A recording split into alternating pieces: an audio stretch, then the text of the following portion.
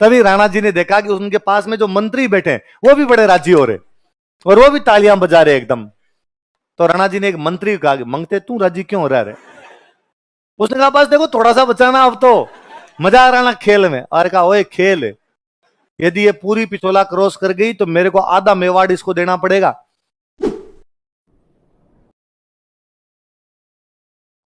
कहते हैं एक बार राणा जी का दरबार लगा हुआ और राणा जी के दरबार में एक नट आया। कौन आया? नट जानते हो? एक जाति होती है जो रस्सी वाला खेल दिखाती है। दो पोल बांधे, पोल के ऊपर रस्सी बांधी और इसके ऊपर चलती है, वो महिला चलती है। नट की लुगाई होती है इसलिए बोलते हैं नटनी। नट की वाइफ क्या हो गया?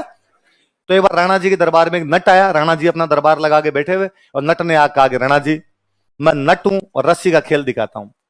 राणा जी ने कहा किम आश्चर्यम, इसमें आश्चर्य की क्या बात है? सारे के सारे दुनिया के नट कौन सा खेल दिखाते हैं? रस्सी का। उसने कहा नहीं, मेरी नटनी अच्छा दिखाती है। ऐसा क्या अच्छा दिखाती है भाई तेरी नटनी? तो उसने कहा मेरी नटनी पिछोला क्रॉस कर सकती है।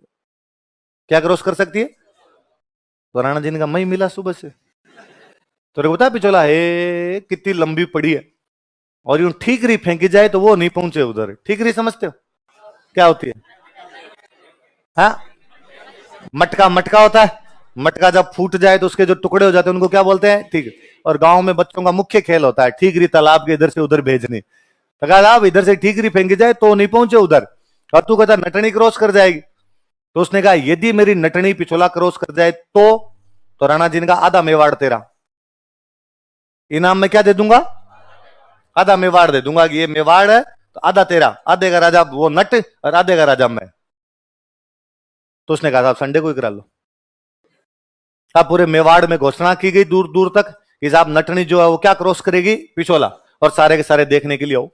और जनता उमड़ी भयंकर की नटनी पिछोला क्रॉस करेगी।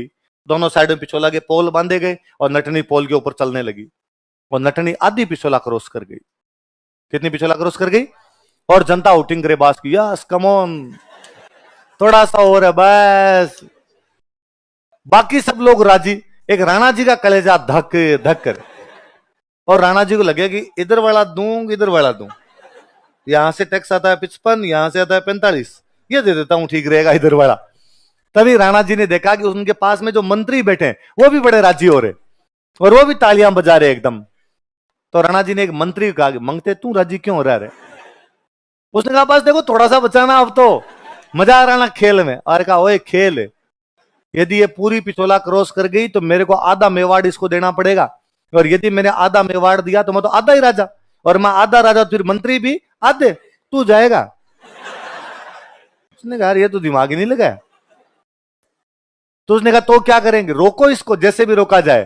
तो कहते हैं उस नटनी का बच्चा पास में खेल रहा था, उस मंत्री ने उस बच्चे को बुला के इधर आ रहे हैं, और जैसे बच्चा पास थप्पड़ मारा, खींच थप्पड़ मारा तो बच्चा बेचारा रोया। मां का ध्यान मां कहीं भी हो दो चीजों की तरफ हमेशा चला जाता है, एक तो कहीं भी दूध उफड़ जाए। आप कभी नोटिस कर लेना, मम्मी कहीं बाड़े में खड़ी हो और रसोई में भी दूध उफड़ा है और किसी को घर में पता नहीं चलेगा, लेकिन महिलाओं की घ्राणेंद्रियां इस मामले में तेज होती है, उनको दूर दूर तक पता चलता है क्या उफड़ गया है, दूध उफड़ गया है। या बाद में खुद का बच्चा रोए, खुद का बच्चा रोए तो मां का ध्यान जाना ही है। तो नटनी का बच्चा जैसे रोया बेचे नटनी का ध्यान गया। कंसंट्रेशन का जो खेल होता है वो पूरा, एक पतली सी रस्सी पे आप चल रहे हो, कंसंट्रेशन ही तो है।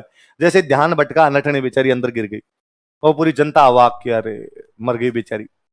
राणा जी ने खड़े होकर यस जीत गया। नट ने बेचारे ने कहा कि साहब आपकी जीत हार की लग रखी है, मेरी तो गृहस्थी बर्बाद हो गई, मेरे तो एक ही नटनी थी वो मर गई। तो राणा जी ने कहा चिंता मत कर, हम इसके पास में नटनी का चबूतरा बनवा देंगे। क्या बनवा देंगे? और तू कभी कभी आगे फील ले लिया कर। तो पिछोला झील के पास में किसका चबूतरा है?